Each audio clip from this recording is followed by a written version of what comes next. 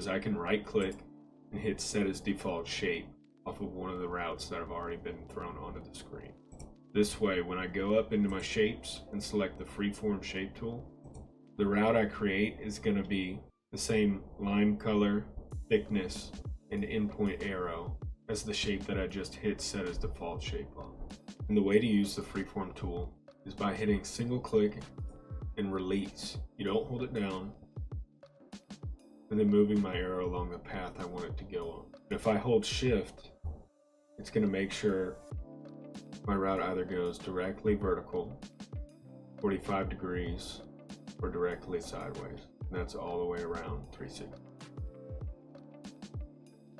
So if I make another click, it's going to make a point in that line. And I can keep making as many clicks or breaks in that line as I want by single clicking and releasing. And then when I'm done, I can double click and that'll finish my route. Now if I want to go back and grab that Freeform shape tool again, and I want to create a stutter drag for my H, I can single click to start the route. Single click for my next points for the stutter, and then I'll go double click toward the end of its route. If I hold control, I can zoom in with the scroll pad on my mouse. And this is where I'll want to right click and hit the keyboard letter E to go into edit point. This brings up a black box at each break on the line and the start point and end point. But if I wanted to edit any of these black boxes, I can just click, hold, and drag where that point lives.